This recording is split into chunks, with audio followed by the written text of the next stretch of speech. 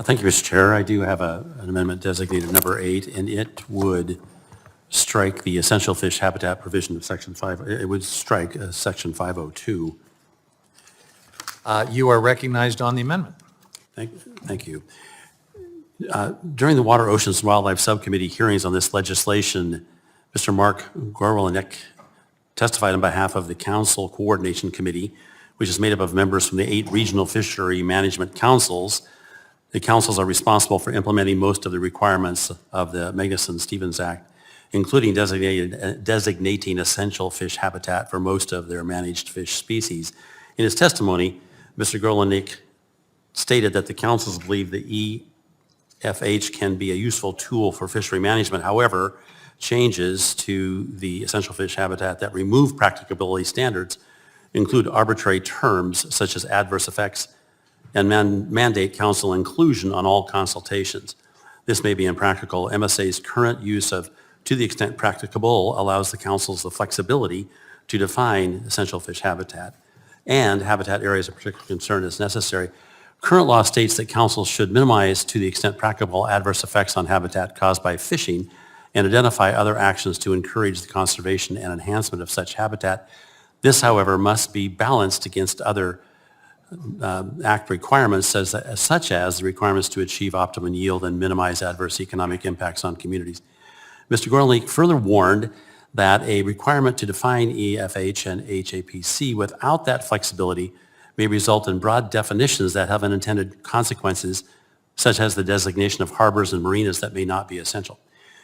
Using terms such as adverse effects can have similar negative consequences without further guidance on what constitutes adverse effects. This may result in unnecessary mitigation requirements for fisheries. Lastly, I don't represent a coastal district, even though I represent approximately 3/4 of the state of Oregon.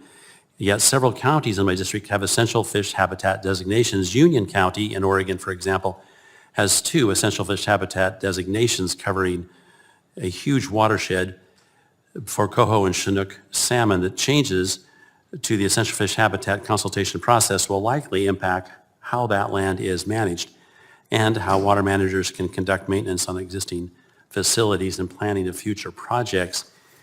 I've listened with interest to remarks made regarding the nature of the language found on page 148 that talks about consultation.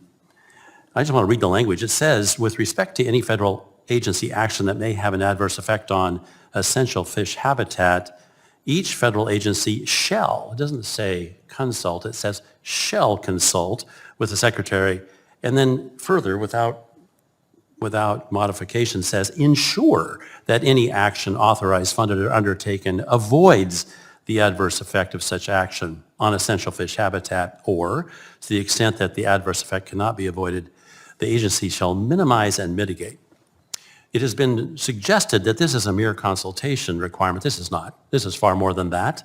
And if you take the time, all of us, of course, to read through the entire bill, you find it imposes significant more burdens upon, or additional burdens upon, those who would conduct activities within such habitat. It also redefines habitat areas of particular concern, dramatically expanding the scope of that particular definition. You can find that on page 155.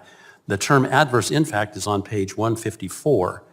And it reads, the term adverse effect means, I said impact, adverse effect. The term adverse effect means, with respect to essential fish habitat, any impact that reduces the quality or quantity of essential fish habitat.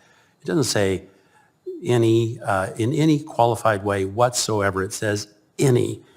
So I just want to say, to suggest that this is a mere consultation provision is incorrect.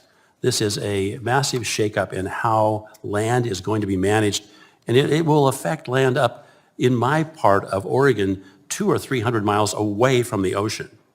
And it will make it even more difficult to do things such as manage forests to improve our watershed. This language, that's why I'm bringing this amendment, to take this language out. It is going to create incredible amounts of litigation because the language is not refined. And anytime you use these all words or these shall words, you are begging for lawsuits, and that's what this will do unless it's removed I suggest and request support for my amendment. Thank you.